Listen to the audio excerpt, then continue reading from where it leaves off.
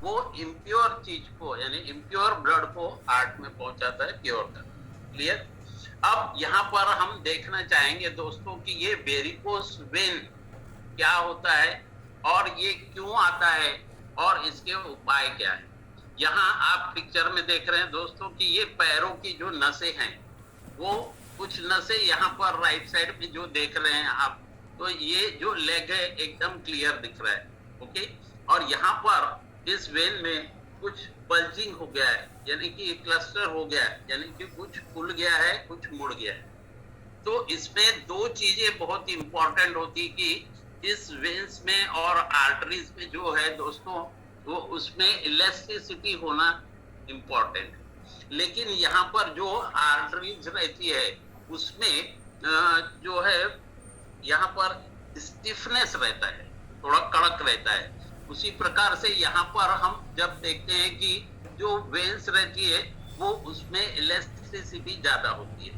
अब यहाँ पर हम जो देखते हैं कि ये प्रॉब्लम आता है हमारा 70% जो है हमारे लाइफस्टाइल से और जो 30% रहता है वो जेनेटिक रहता है। तो जेनेटिक को भी हम लाइफस्टाइल में अगर कुछ हद तक लाए तो वो 30% का 10% भी हो सकता है, क्योंकि हमारा लाइफस्टाइल जो है वो अगर करेक्ट है तो यही क्या होता है कि सभी डिसीजों की जो जड़ रहती है वो हमारा लाइफस्टाइल होता है और हमारी ओबेसिटी होती है। यहाँ पर भी जो हम वेरिकोस वेन में जब आएंगे तो उस समय यहाँ पर भी एक चीज और बताएंगे हम कि जो है ओबेसिटी जो है वो हमेशा हमारी खतरनाक है और वो सारे डिसीजों की जन्मदाता है।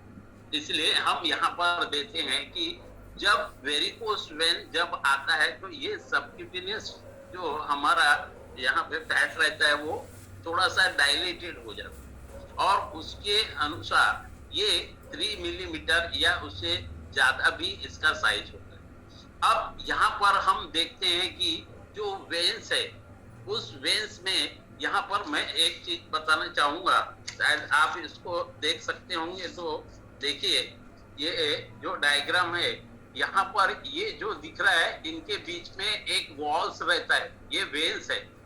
ये वेन्स के बीच में एक वॉल रहता है। वॉल का मतलब यहाँ पे क्या होता है कि वन वे ट्रैफिक, यानी केवल जो इम्प्योर ब्लड यहाँ से जाता है और ये वॉल खुलते और बंद होते हैं। ये वॉल जो है खुलते और बंद होते हैं। वहीं पे ये जो आर्टरीज है इस आर्टरीज में ऐसे प्रकार के वॉल्स बहुत कम पाए जाते हैं। क्लियर। क्योंकि ये प्योर ब्लड को सप्लाई कर रहा है और ये इम्प्योर ब्लड को सप्लाई कर रहा है हमारे हार्ट में। तो ये जो इसकी ओपनिंग रहती इस वॉल की, ये against the gravitational force work करने के कारण इस वॉल की जो रहता है वन वे, यानी ये इम्प्योर ब्लड को ऊपर पहुंचाता है और वो वापस नहीं आने देता। ये वॉल की कैपेसिटी रहती है इसमें।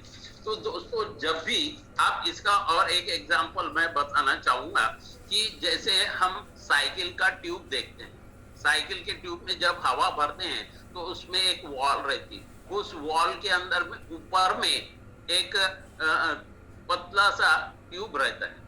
वो क्या करता है, जब भी हम पंप से हवा भरते हैं तो उस हवा को ट्यूब में भेजता है।